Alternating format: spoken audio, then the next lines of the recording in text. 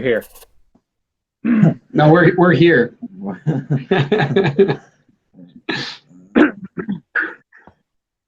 good. That one's over there. Perfect. Oh. Right. Hey, let me click on that. There we go. Now we don't have to worry about that switching on us. Yeah, I'm ready. All right. Ready? You can just you get it. I'm ready. Okay. Welcome to Sierra Nova Comics Podcast, episode number 4. Yeah. And today with us we have the creator of Creepy Trees Comics, Dylan, and how do you say your last name? Lennon. Like John Lennon? Like, yeah, exactly. All right. Just making sure. Cool. Well, we got a series of questions for you, and Greg's going to ask some first. Well, tell everybody who you are and what you do.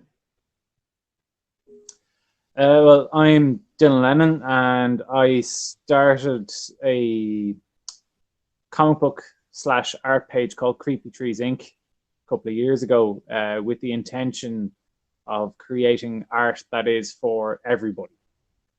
So my background is actually in fine art. That's what my education is in.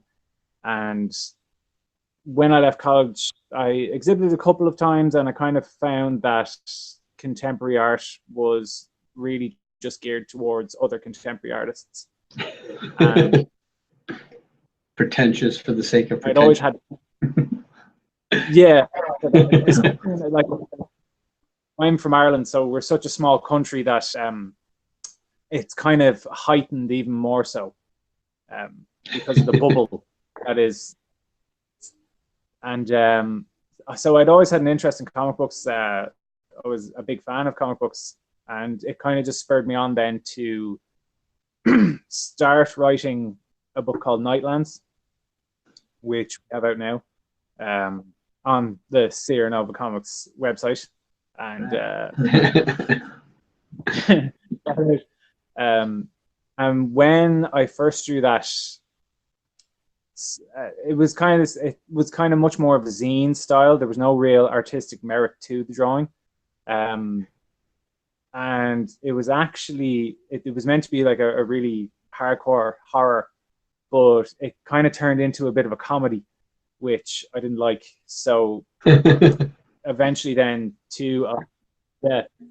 I'm not huge on horror comedy. So when the chance came to scrap it and do it again, we just started again. And my kind of two best friends and co-writers now of the book, Shane and Ben, came on board, and we produced what is Nightlands now. Cool. Along with the books. Mm-hmm. So you're a barista. So what? Do you have a favorite type of coffee to drink? Like dark? Well, I've also become a coffee roaster. So now it's just anything that I cook myself. Well, right now, what have I got? Coffee from Panama, actually. Oh. If you can try it, if you can get it anywhere, just try coffee from Panama. It's absolutely amazing. I have one that I roast. You can only get it from Panama. And Panama Bouquet, if you can get it anywhere over in the States, just try it and drink it. It's amazing. Nice. Cool. What was that? Oh yeah, so for comics, obviously you've written your comic for horror, but is horror your favorite type of comic genre, or is that just something that you enjoy creating? I think it's a bit of both. I do like. I think one of my favorite comics of all time is actually Love and Rockets, because I think there's just something about that drama in that book that's really well done. So I don't see us doing solely horror comics in the long term. I do think we'll branch out, but the opportunity arose to just write horror that I always wanted to write, and the same with the lads, Shane and Ben. So we just kind of said, well, let's produce some horror books that we'd really like to read, with the hope, as you know yourselves, with any book that you put out there, the hope is other people will like to read it as well. So I like to think it's going pretty well. It is always that, like, again, as you know yourself, so like you're sitting away and you're writing and you're drawing and you're kind of going like, I need to create this thing, and hopefully it's working. We think it's working. We really enjoyed it. So That's the important part anyways. Pardon? That's the important part anyways, that you're enjoying it. Oh, can't tell if there's a delay. Can you hear us? Did you lose us? Oh, I was saying the important thing is that at least you're enjoying it. I think we keep losing them on that. Yeah. So we won't say it. Yeah, no, I think like it started, we actually wanted to, when we first started creating, we were actually a group called the Fan Faction. And the sole purpose was to review Game of Thrones and fantasy horror content.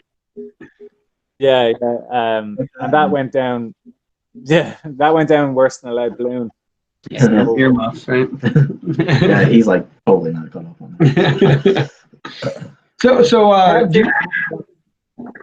You haven't seen every episode? No, I stopped watching like 3 seasons ago. Yeah, very good. So, what about horror and film? Like, obviously, you have like, what does that consider? Historical fiction? Not even historical fiction. What's that field called? It's not fantasy. I guess it's fantasy. It's probably considered fantasy for Game of Thrones. Oh, No, but yeah, what's your favorite film or TV? What's your favorite genre for that?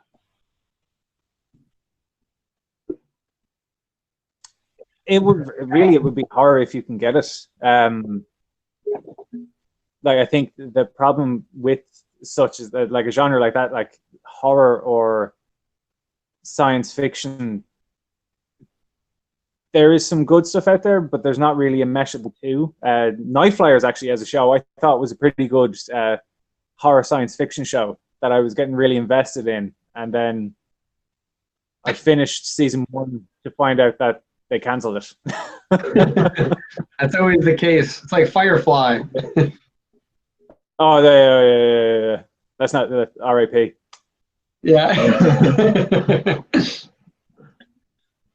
What is your process for creating a comic? Like the entire process you go through?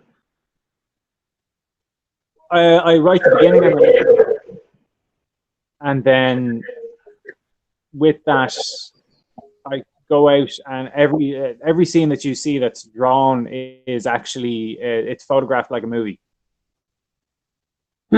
So, like in particular, came to our second book, Within the Woods. Myself and my fiance, most of the first book was actually photographed out in the woods that's near my parents' house.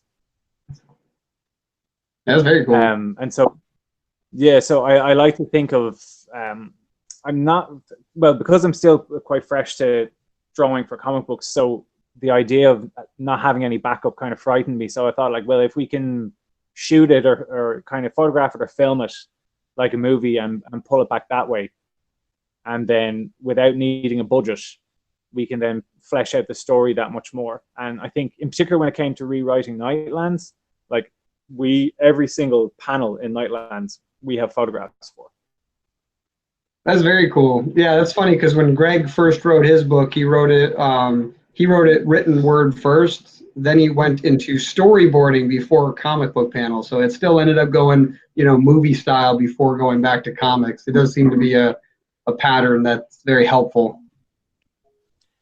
Yeah, well, for me, I think it helps me flesh out the story if I can get it a bit more tangible, if you will. Like if I can put myself in the scene, and that way, I know everything that's meant to be around the character. I know the differences. Now, you can see in maybe one or both of the books that the drawing might not necessarily match my current statement, but the intent was always to grow and get better with it. So, like in particular now, with some of the newer stuff we're writing and penciling right now, I think we get better each book, you know, because our ability to form a scene has become much better as well. So is that how you come up with the inspiration for the comics, is seeing something in real life, capturing it, and then turning it into a story? Or do you have another method for actually writing out your stories? I think it was for Within the Woods, I just always wanted to write a kind of haunted house book. Like it's a favorite kind of niche in the horror genre for me. Love anything to do with like ghosts and haunted houses. And then Nightlands kind of came about because I really like the idea that if enough people think of one thing, it actually makes it a reality. And so that had kind of stuck around in my head for a long time, that like if so many people have dreams and nightmares, then, you know, is it really a thing? And from there, Ben actually did all the actual research into philosophy and everything like that. We wrote a story and then we drew it, and then Ben kind of said, well, do you understand like the actual philosophies and the theories behind it? And we were like, well, no, we just wrote a book that we thought was cool. We wrote it again after Ben had kind of, you know, said, no, guys, we need to back ourselves up here. So it was a little bit about, it really depends. Like what am I working on right now? Lady in the River, or Lady of the River. What is it? Lady of the River. That I'm not too sure where the inspiration has come from. But there's just something, again, I think it's now this thing of like, it's the fact that it's set in the woods, and we all know if you're in a wooded area, that it can be creepy enough. So let's get something bad's happening. Is that where like you got the Creepy Trees name from? Because like all your stories just somehow happened in the woods. Yes, and a lot of my actual fine art practice, I always ended up with trees in the images. So I did this kind of, what was it? It was about a 12-foot by 9-foot mural piece. Yeah. And when I was in college, and there was just all these misshapen and like gnarly trees all over. Almost like creepy trees. And it came about like because I grew up in such close proximity to that kind of area. It has kind of always informed pretty much everything I do creatively, I think. Where are we? What is something you failed at, and how did you overcome the failure? The first iteration of Nightlands, I asked for critique. I think it's one of the biggest things, especially nowadays, because we're in this kind of really mad, like it's like that. We met up on social media. That's where we found out each other. But I think part of the problem with all that is, you know, the only response is you get no response. You don't get the like. And then you're kind of sitting there going, like, why has this only got, like, you know, 5 likes from people that I know? And so I printed out a version of the zine, the original kind of version of Nightlands, and handed it to people. And then the guys, Ben and Shane, when they came on board, Ben photoshopped it all together as best he could as well. And we looked at it, and when it was kind of there as this tangible thing you could turn the page of, everybody went, this is terrible. And that's really what needed to happen, and it spurred me on to kind of get better and improve in every way. You know, because it's like even from panel to panel in most of the books, I fail at least 3 or 4 times. I think that's why I'm so slow to produce to produce full books. Because like I'll usually redo a panel maybe about 4 or 5 times.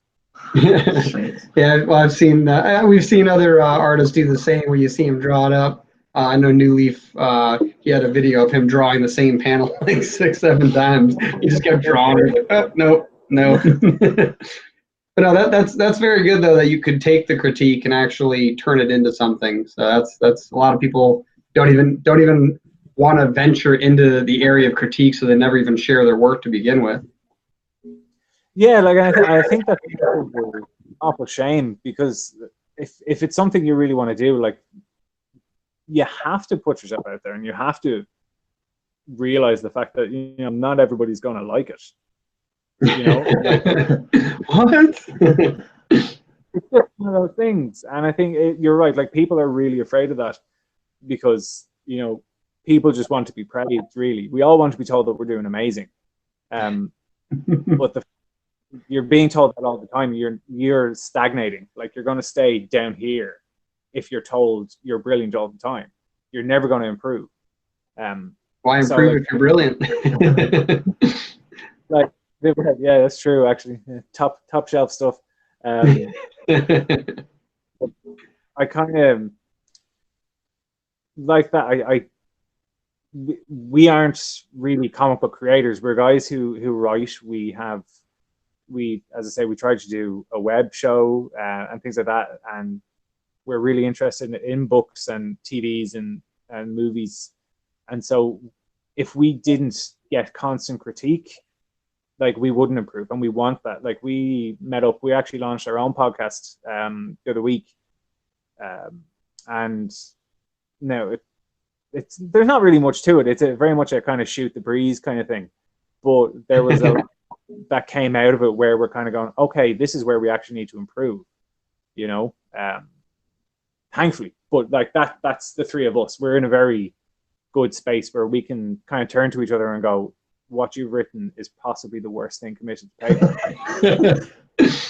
Absolutely, a radical candor. That's the good stuff. So, outside of the failure to be to launch when it first happened, what helped you actually get it out there to begin with? Like, when you were actually trying to, like, what like the day that you printed it, like, what were you thinking when you were going to hand that out, right? Oh God. That right there. But can we swear on this podcast? Oh yeah. Whatever you want. Just double checking. Like, I know somebody said in I think it was episode 1, but what was I thinking? I was thinking, well, do you know what? Fuck it. Really, the only thing I can say. It was just that I think I had to do it. I had to know, and I've never really had a problem with launching myself into that kind of thing, because, like, I've always thought to myself, if I stop having to think about something, like, if something becomes too easy, then I know I'm not doing it right. Very good. Yeah, very good mentality to have. Yeah, if you're not being tried in some way, you're not growing. If you're not growing, you're dying. yeah, exactly. And I don't see the point then in, again, just stagnating. So, like, I'm just lucky that people, again, did give feedback. And, like, I say it to anybody, like, you can tell me the worst thing possible about it. And it's fine. Like, I'm not really going to worry about it too much. You know, what I'm going to do is try and improve. Again, I know I'm not going to win everybody. In particular, I think, because comics, like, as big as comics are, in particular in Ireland, it's still very, like, it's about, like, that big in a space of that big. You know, like, when like, there are customers of mine who come into my kind of coffee space, and, like, they ask, how are the books going? You know, I read it. It's not really my thing, but I can appreciate what you're doing. And I'm like, I know I'm never going to win you, but I appreciate the fact that you felt you could say something. Yeah. You know? Yeah, that's awesome. Yeah. I got the 35 printed of our first issue, and we're doing a Kickstarter because we're gonna reprint it and get it re-lettered. Because one, I just wanted to put it out and see if anyone would want to read it. And there was like, I asked people before I printed them because we go through a drop shipping company, Ready Comics, and so there's like 30 people that like wanted it already. That's pretty awesome. So I'm like, you can read it, burn it, I don't care. Just read it, do something, whatever.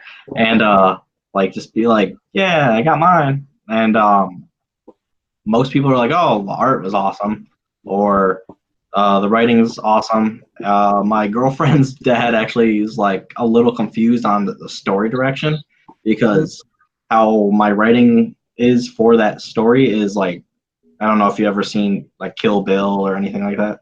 Yeah.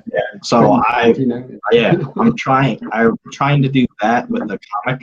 So I jump to different times in time to show different points of views of characters, because at one point they all meet up in like this awesome situation. So we already like acted out the ending of the first one. Well, it's actually really funny, because I was just talking to Shane and Ben before we started this, and I actually really like that type of storytelling. You know, like it's the kind of thing we're trying to incorporate in ourselves. Like I really like when, say, a film starts either in the middle or quite near the end and then works backwards, or has those like, okay, this guy's in the middle of his story, this guy's at the beginning of theirs, kind of thing. Yeah, that's cool. Yeah. So it does start in the beginning, but there's like two completely different stories going on. There's two stories going on. So her dad was like a little confused. It's like, oh, you just try to stick with it, because the second issue is going to be like longer. Because I actually plan on like releasing bigger issues for this, because I realized with him, obviously, that like he's a little confused with the story. So I know that to add more content in a comic, so he won't get confused. Yeah, definitely releasing that though. We got the feedback that the lettering could use some work, because you know, somebody might have done that terribly. It was free. That's why we paid him. But because of that, now we know that that's one of the things that it's like. So if the artwork was good and the story for some people might have been confusing, but other people were able to follow along. But the only thing that made it a little confusing was the lettering. Now we know, okay, like that's something we could fix. And every time we hand out a new issue of the comic, we can always be like, what's the one thing that's, you know, bad, and we'll work on that for the next one. Because, you know, even if it's just one thing at a time, we can slowly make the comic something to be really proud of.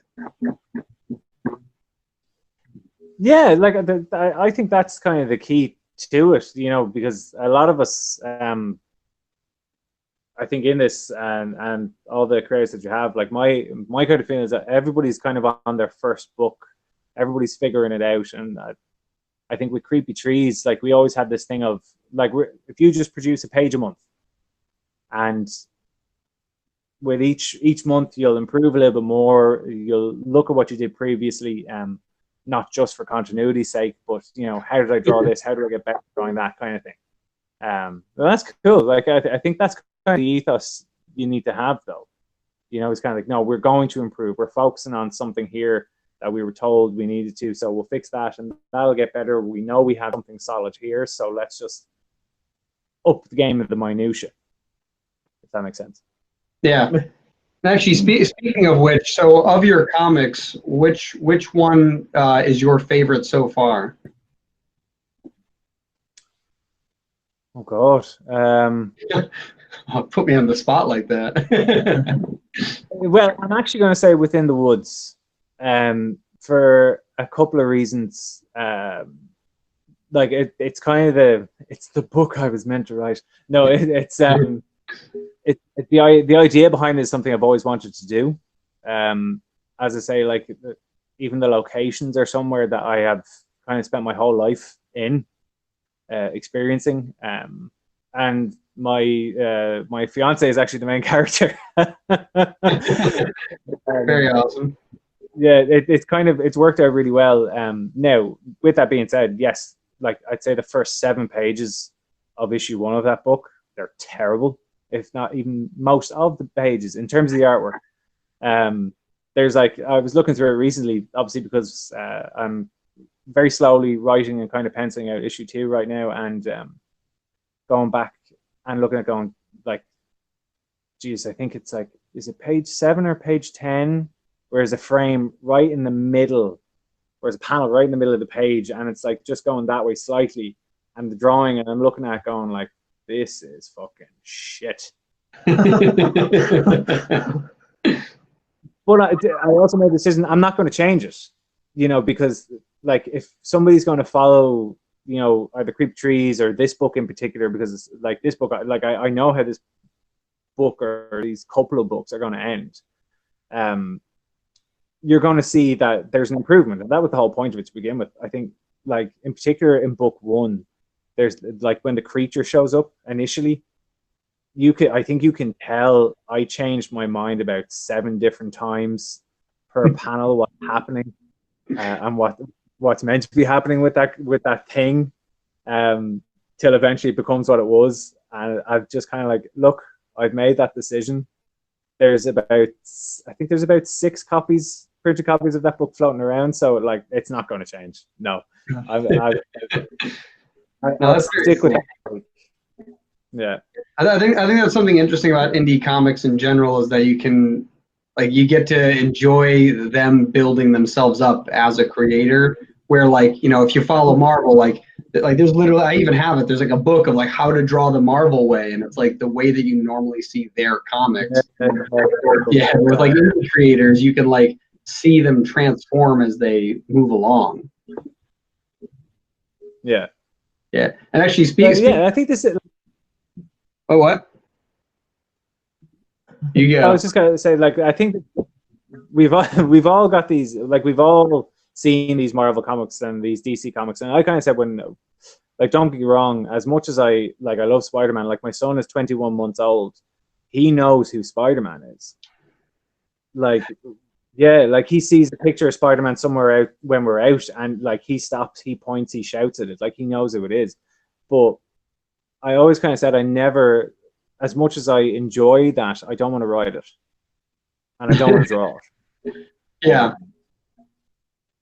Because it's just that, like, it is that, it's like this thing of like, if so, yeah, I think if people even attempt it, you can kind of go, well, they're just trying to be, you know, they're like Steve Ditko or something. It's something like that, you know. Yeah, absolutely. And as a result. Yeah. So, and actually, speaking of indie comics, are there any indie comic creators that you follow and have been following their work and reading their comics consistently? Not really in the last while, actually. I'm quite bad. I pop onto the Sierra Nova website quite a bit. There are some guys there who I think, you know, will probably be some of the biggest names in the near future, if not like a bit further down the road. You know, I think we all know NewLeaf Comics now at this stage. Like, you know, the stuff that Hector's doing, even with the videos that are kind of critiquing all the books on the website, I think is pretty cool.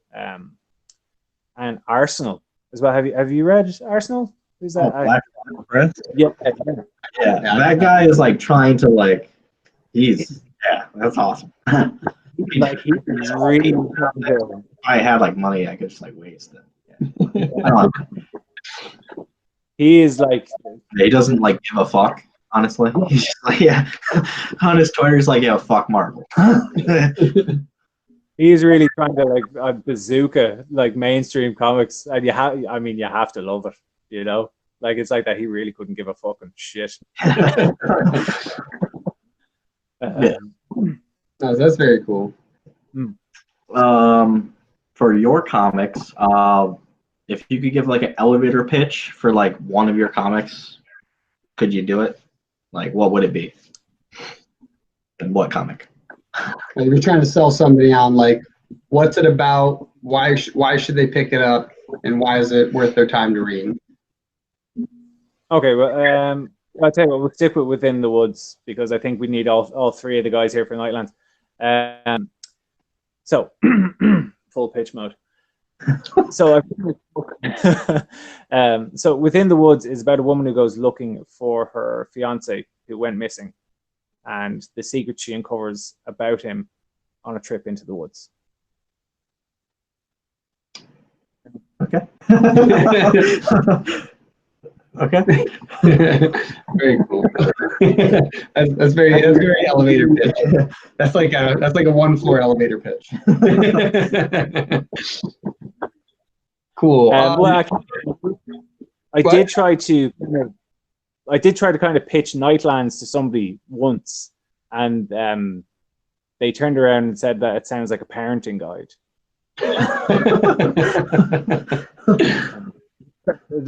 So if you haven't read Nightland on Sierra Nova Comics website, it is about a young girl by the name of Abby who turns into a literal embodiment of nightmares.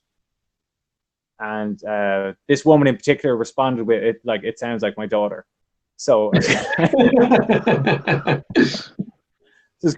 not what I was going for, but you know what? I'm glad you listened. Yeah, instead of like, what is it called, young adult fiction? Instead, it's just adult fiction. This is adulting right here. So, for other creators out there, what are the tools that you recommend? Like, what do you personally use? What do you like to use if you've used things out of your norm? And what would you most recommend to other creators? Okay, actually, really quickly, I just remembered. Afterlight Comics are actually guys who I read quite a lot.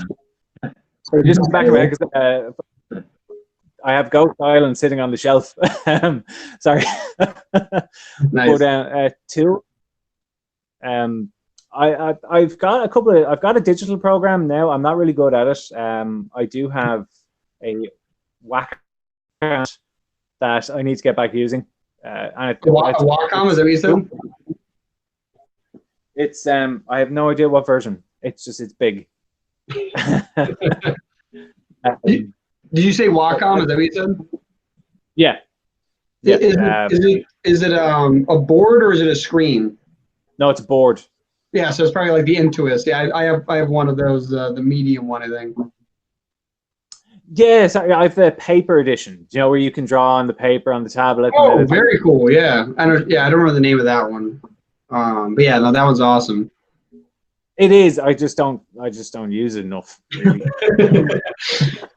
But tools wise, I think like pen and paper. I mean, that's what I really do, and I think don't worry about, like, if you have an idea, don't worry about how it looks. Worry about getting some type of representation onto a page, get it out of your head, so then you can turn around and go, okay, this is how I'm going to move forward with it. You know, like, have you seen that masterclass thing that's blasted all over social media, where it's like, you know, hi, I'm Neil Gaiman, and I'm going to show you how to tell a story. That's pretty good.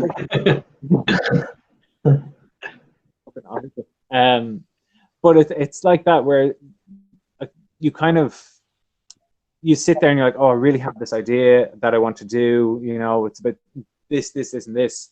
It's like, it's all up here. Like, it's no good to you just stuck in your brain. So just write it down. Like, that happens to me a lot. Like, I had like, there's a couple of things that'll happen further down the line, but they came about with like, this just pinged into my head. So I'm going to write 4 sentences, and that's it. Like, I have a notebook, which is just this gathering of like 4 sentences of different stories. Just the word vomit. And like, that's it. Yeah. And, you know, eventually when I get back to it, I'll probably maybe pick one out of like 30, but that's fine. You know, it's the fact I got it out there, and then you move forward. Don't worry. Like, as I say, like, the first issue of both of our comics, like, art-wise are crap. They're terrible. The story, I think, is there. It was just the visual representation wasn't, but like the whole thing is that's going to improve over time. So not like I think you have to have not necessarily a cavalier couldn't give a shit attitude, but I think you do have to just get it out there and worry out, everything else later. Yeah, it's funny.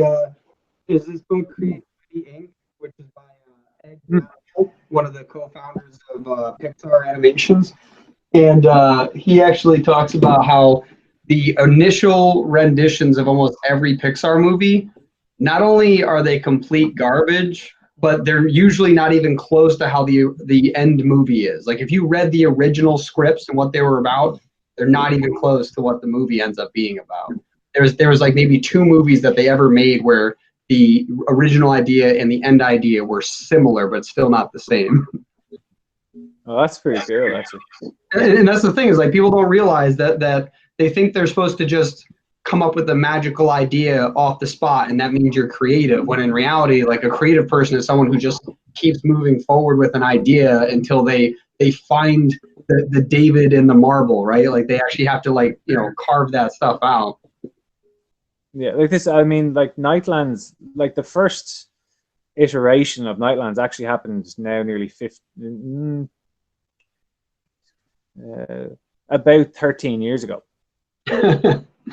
Yeah, that's the thing. It can take forever. Literally.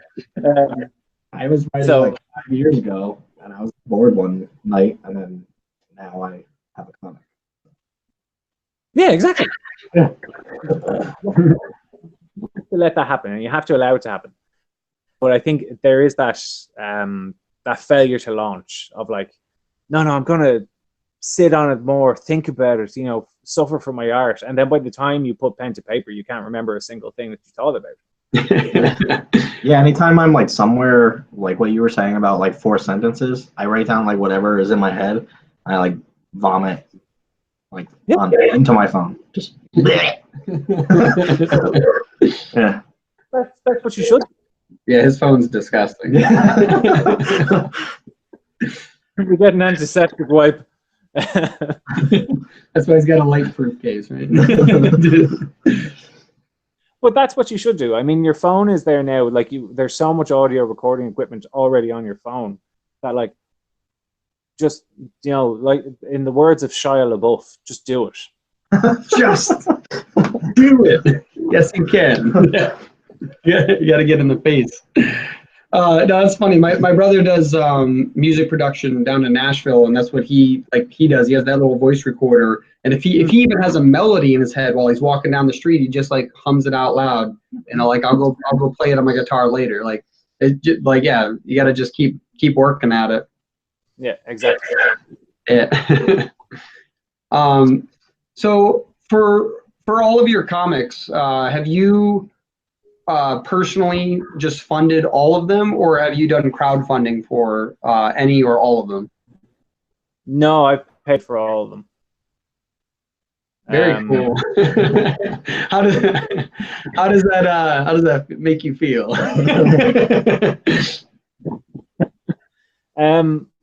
I think it gives me a sense of ownership that I feel I kind of need. Like I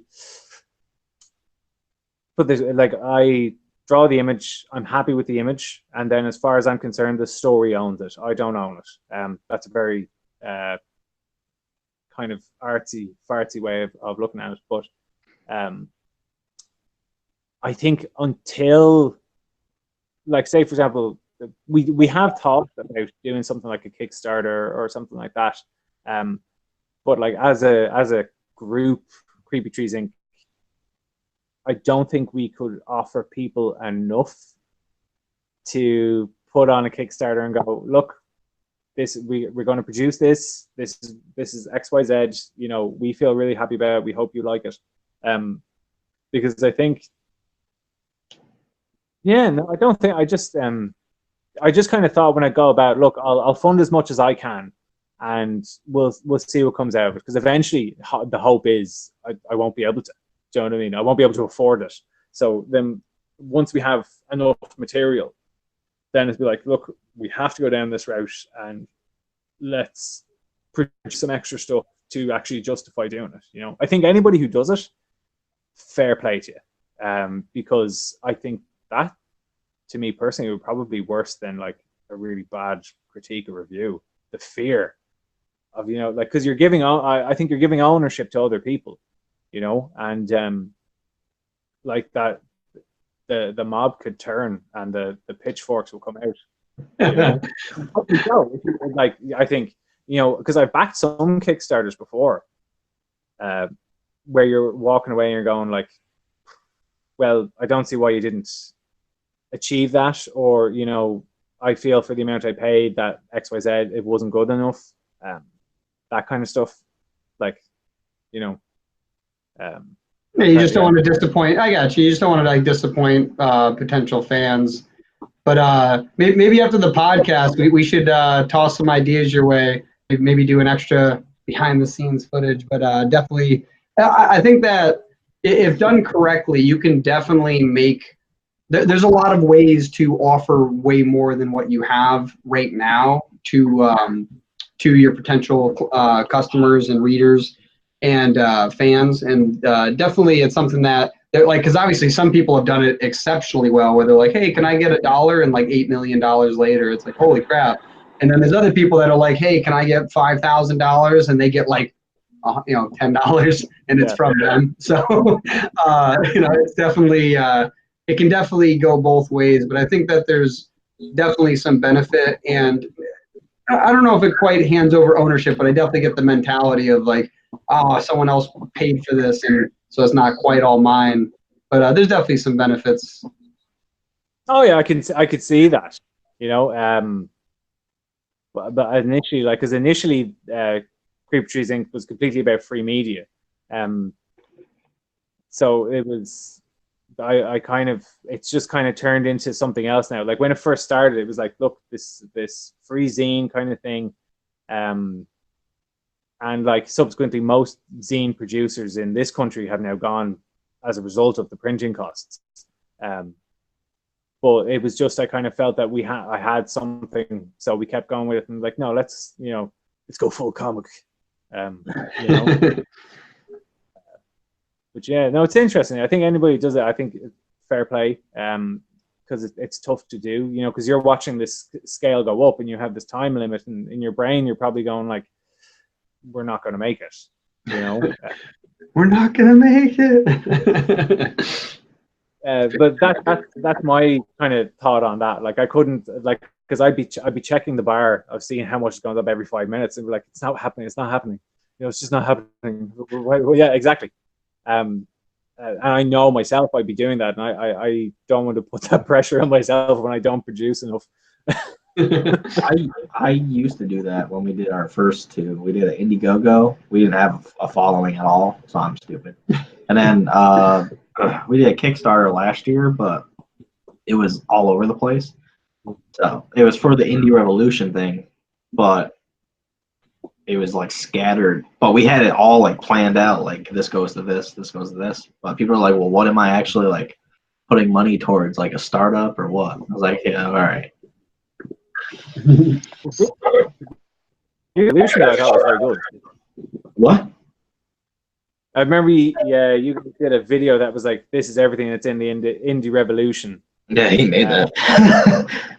Yeah, we did a lot of takes because I don't like talking in front of cameras. Yeah. Or talking in general. I had to beat him with a stick. Yeah. He's like, tone. I was like, I don't know what that is.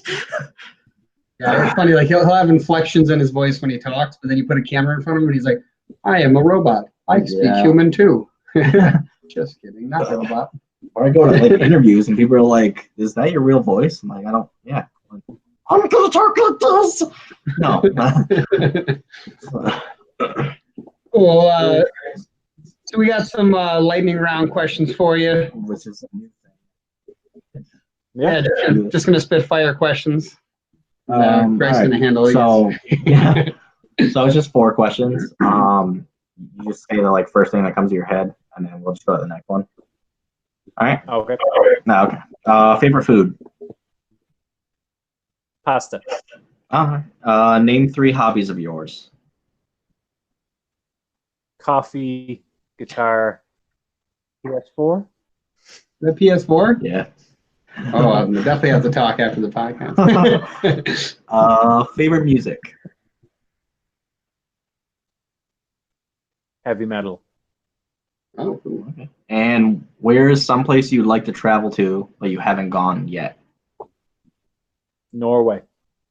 Oh, I've never been anywhere that way. So, okay. Well, what? It purely for coffee. Oh, you should go to Seattle then. Seattle's got the world. What is it? Get the world coffee tasting event there, or something like that. Oh, No, it's like they invite a bunch of other coffee makers, I guess. That they invite them all to Seattle, Washington, and they have like a event where you can all try each other's coffee and they rate them, and then they say who's the best. Yeah, like I've done a couple of things like that now. My next kind of thing is I want to enter barista competitions and hopefully represent Ireland. Very cool. So we'll see. I think that's another year or two away. But Cool. So we got 2 more questions for you before we end this podcast. The first one is, I know a lot of people, like you were saying, like just write down what you're thinking, right? Just get it out there. But after you've gotten it out there and now you're starting to work on your comic, like how do you actually manage your time to ensure that you do spend enough time to work on these comics? Me personally, I start with an hour a night. Really, as I finish work roughly around 6 or 7 o'clock every evening. So then by the time I come home, obviously I have a fiance, I have a son, and so somewhere between 10 p.m. and 12 p.m. is usually where I work. But I think just start with an hour, but every night. Yeah, absolutely. That's definitely a good habit to build. And the last question, what do you think the indie comic industry needs to break out to get more into a spotlight? Jesus. Deep questions. For people to know it's for everybody. Gotcha. Yeah, I like that. That's pretty concise. I like that. Yeah. So do you mean by that? Do you mean to know that everyone can get involved, or that the comics themselves are for everyone? Oh, we lost video. Hold on. Yeah.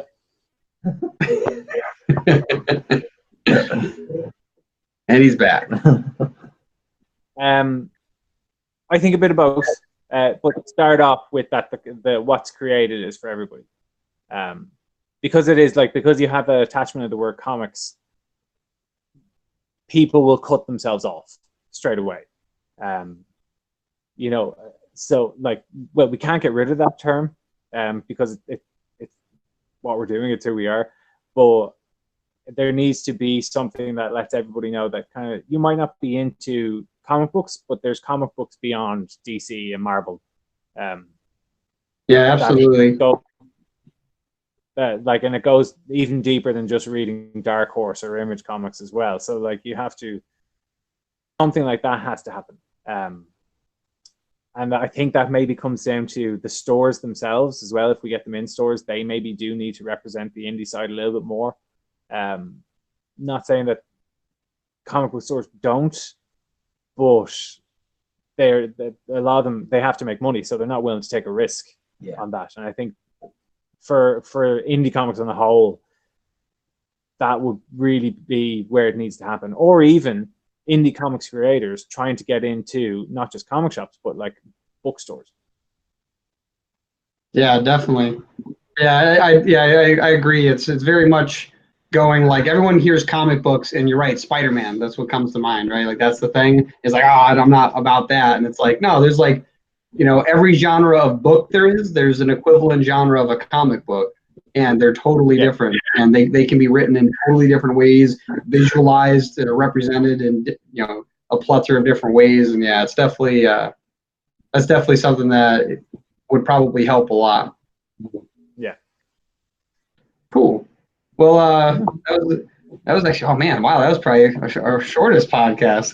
We actually got through all the questions. That was besides our first one. That is the 0 one. That one doesn't count.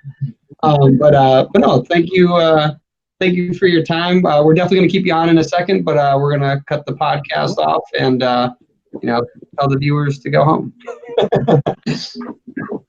Awesome. Well, thank you very much. Super. Cool.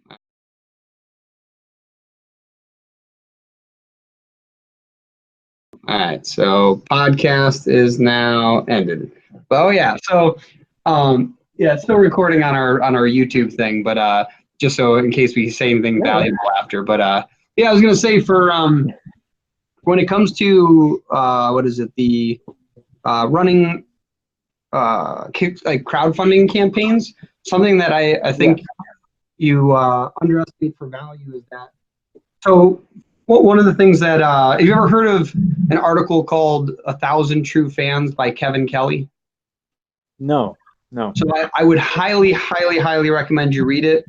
Any artist who ever wants to be successful should have read this at some point to fully understand how you can truly become successful as an artist.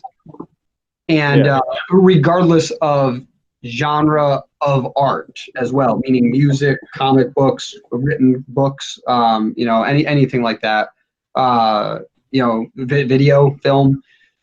Basically, the concept, though, I would still recommend reading it, but the concept, though, is that if you can get 1,000 true fans, and a true fan is someone who will buy whatever you make and all of it.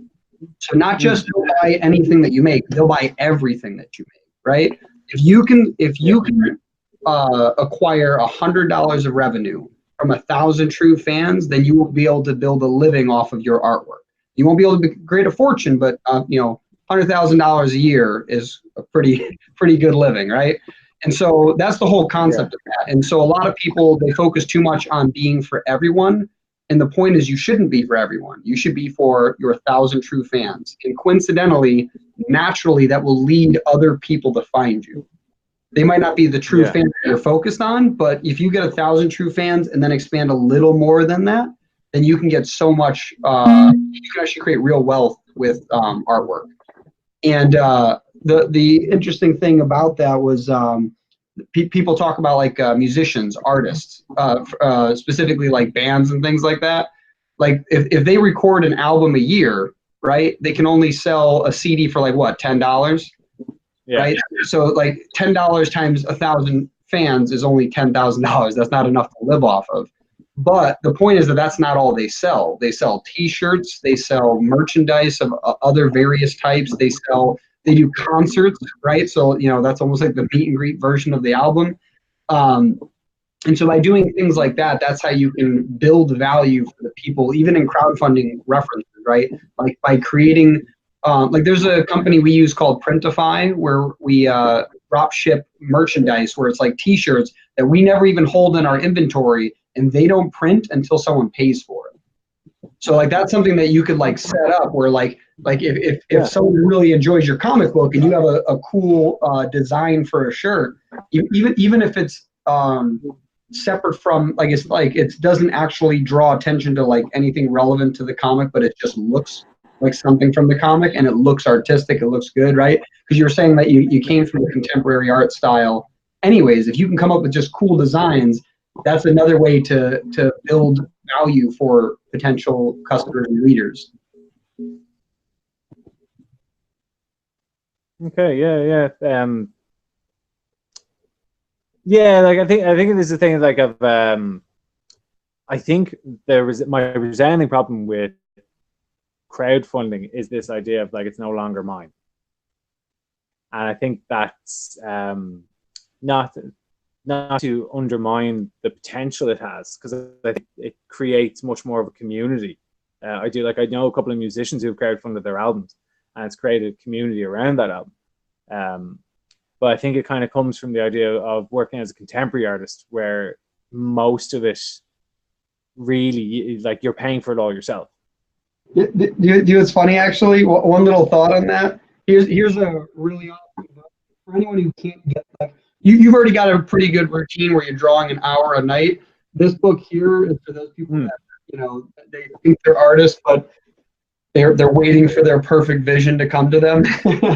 And the whole point of it is that there's 3 books inside that book, right? Like, there's 3 sections. The first one is the resistance, that's overcoming the the drive to actually do the work. So it's like, oh, I don't have a great idea yet, so I'm not going to do anything. And resistance comes in all types of forms and shapes and sizes, etc., right? Where it just tries to get you to stop. And the worst part is, the closer you get to even achieving the goal, the worse the resistance is. Like, it's harder to write that last page than it is for the middle page. It's like the first and the last are the hardest ones to get into. And the second book is called Turning Pro, and it talks about the fact that a lot of people say they're artists, but to really be a true, like, I don't remember the name of this other book, I haven't read it, but I know the concept is something like, there's no such thing as a starving artist. And the concept is that if you are an artist, that means you're getting paid to be an artist. And that's the same as that second book, it's Turning Pro.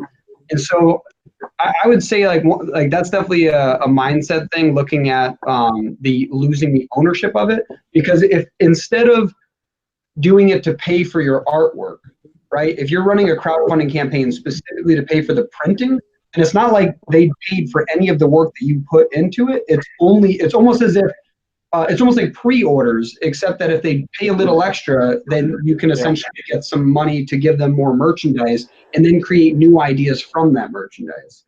So that's the way I would look at it. That might help get over that hump. Or, like, even if, like, your partners have that, like, you know, mental block where they're just like, I don't like that idea.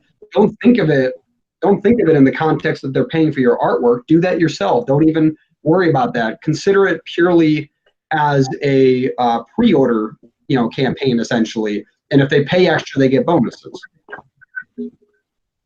Because I think who was it? Josh was the last one. Was he the last one we had? Yeah. Josh from what's his comic? Milk. He talked about the fact that he paid for all the artwork, and the crowdfunding is only to pay for the print. And if he gets extra, that's great, because then it'll cover the artwork, but that's not what his goal is. His goal is purely to pay for the prints. And and because of that, he set a very low goal, and now he's already reached his first stretch goal, and he's got another stretch goal after that, right? So that's one thing I would recommend, because it's definitely worth looking into, because there's no reason to do all the work for the art and then not even reap the benefits of it. Like, you are producing something of value to somebody, and as long as you reach the right audience, like, that's definitely something that can be very powerful. Yeah, that's cool. That's actually sorry. No, you're good. This is the after. Yeah, no, it's cool. I do actually. It's a cool way of looking at it. I suppose, like, it's one of these things of like, even to verbalize my thoughts on why I haven't done, like, a Kickstarter or anything like that, is, like, it's very strange to, again, but it rolls back to our conversation we had in the podcast there of, you know, get it out of your head. So, there's potential, really. I think. Yeah, I was just gonna say, that's definitely something, because I read a lot, if you couldn't tell, and a lot of the stuff I read is psychology, mindset, philosophy, all that. And that's the thing, is that very often we make a roadblock in our head to justify some other fear that we're not even aware that we have. Meaning, like the thing that you think is what you don't want to happen is just a facade over the actual reason why you don't want it. That is some deep subconscious reason that's blocking you from the thing. Because think about it, like, you could run one Kickstarter and find out thousands of people love your comic. But maybe that's the fear, is you're almost afraid, like, oh, what if there are all these people? Or the exact opposite, what if there's no one, right? But it's almost the same as asking for that feedback. It's actually a really good litmus test to figure out whether or not your product is good. Because there's another great little book, and now I got a bunch back here. This one right here called The Perennial Seller by Ryan Holiday. I'd also highly recommend this book.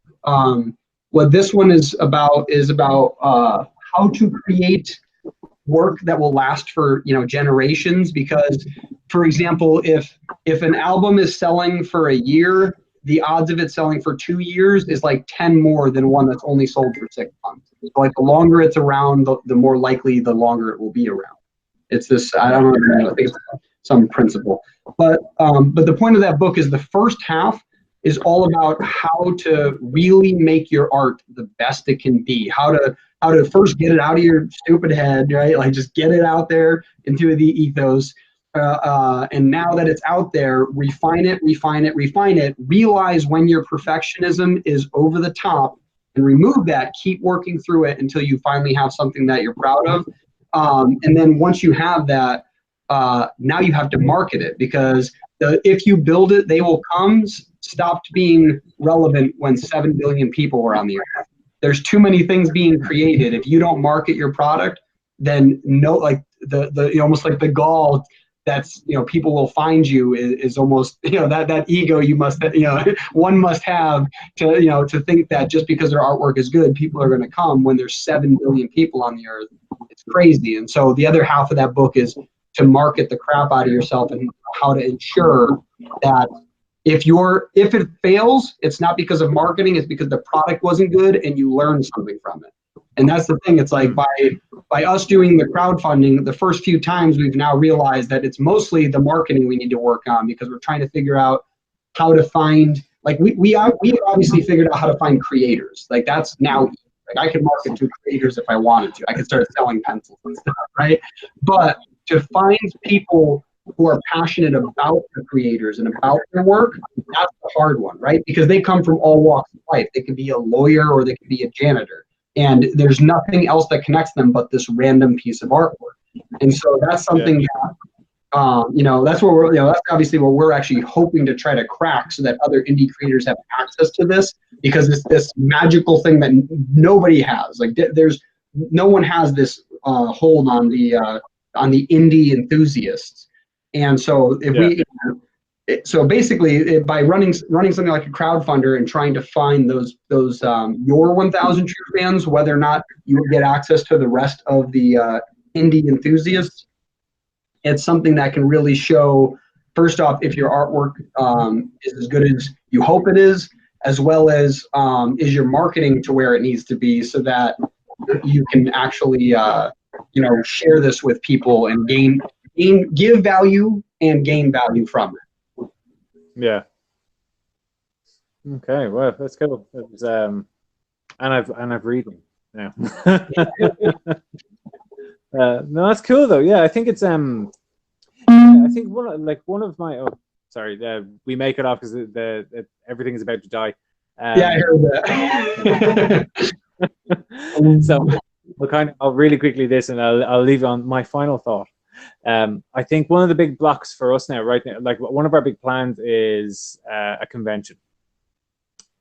Now, subsequently we've missed 2 conventions, so but that's kind of more been down to our scheduling than anything else, really. So I think if not next year, the year after, we are going to hit up Dublin Comic Con. So. Right. Yeah, either one or all of us have been to them now over the last couple of years, and we've found the problem is indie creators are pushed really, they're hidden among, like last one we were at, I bought 6 comics, 5 of them was from one guy. He had his whole thing was there. He was buried in between people selling muffins and badges.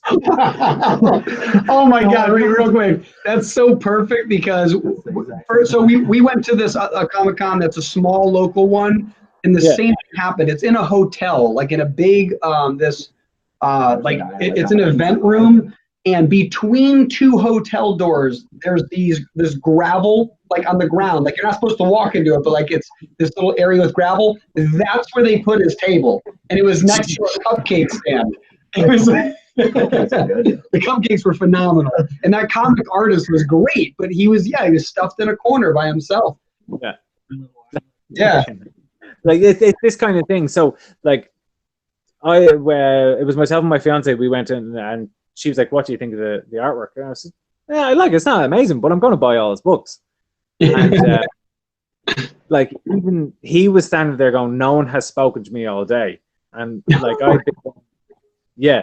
I've been there since it opened in the morning at about 10, and we're talking. We eventually got to him at maybe 2 or 3 in the afternoon. Jesus. And yeah.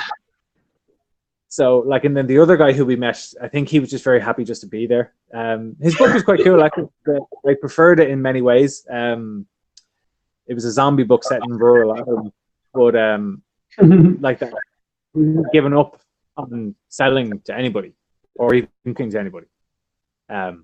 So I think now, if we have the 3 of us doing this convention thing now, I think that'll help because, like, obviously, if you are more than one voice, you can fight for more. 100%. Because the representation for like solo indie creators in Dublin Comic Con over the last, and it's a 4-floor convention center. The convention is 4 full floors. Yeah, and so like, but again, there was a lot of. What was there a lot of? Oh, you could buy a lot of prop swords. Every floor had a huge prop as sword. well. There's like 18 different stands selling prop swords. Yeah. I am there for comic books. I have been going to Dublin Comic Con since it first came to Dublin for comic books and to meet comic book creators. And now the last one we went to was probably the worst in terms of indie comic creators there. Yeah, that's something So I think like the plan is. I was just gonna say, I think that's something that if we can get enough, like we want to help build a resource for indie creators, because one of the things is artists are typically introverted, and in order to market, you have to do something extroverted, right? And so like I think if we can come up with some almost like package, whether or not it's just knowledge or items that are recommended for people to go to conventions and be like, listen, if you're going to be an indie creator and go to a convention, you're going to want this checklist of things that you should do, say, and have in order to draw attention to yourself, because you need to be aware you're not going to be the public face. They're going to put you aside with the other, with the others, right? Like, and so like in order to stand out, like if you got 3 people, I'd have one of them walking around, one of you guys walking around the whole time, wear a shirt, with your logo on it, and just be like, hey, we got some stuff over here if you're interested in checking it out. Like, hey, do you like horror comics? And then have a banner or something to draw attention, give away something for free, even if it's cheap. People love free stuff. Like you can get what the hell are these magnets? Or a koozie. I got this here. Like we have koozies, right? Coasters. I keep doing that. Coasters for my coffee. And so like you give out those for free, and just having that, like if they grab that and then they get home and they're looking through their bag, they're like, oh, what's that? Oh, they got a wet, like, just you can see that on it, right? We got the website on it, right? Yeah. So it's, they're going through their bag later and like, oh, he's got a website, and just going on there and checking it out. And like, there's a lot people don't realize goes into marketing, and hopefully, because I do marketing for my side business. Like for now it's my main job, it's my main source of income now. But like I do marketing for that. So I have like tons of ideas, but then when it comes to marketing a what's it called? An escapism product, right? Like I'm really good at marketing anything that's beneficial, right? Because that's what you market. You market the benefits. When it comes to escapism products, escapism is the benefits, and now you have to figure out what's the value of this particular escapism to the person you're trying to get to, right? And so if I can get a nice collection of information to give to creators, I think that'll be super valuable for the future, especially, if you're going to like a huge 4-store convention or 4-story convention, you're going to want to have something to draw people in. And even if it's like teaming up with other indie creators, like, hey, let's get a big ass banner and hang it over the edge of one of the rafters so people all see it. Ben, jump down there quick. Like I think this is a cool discussion, and one I think we should have more, actually.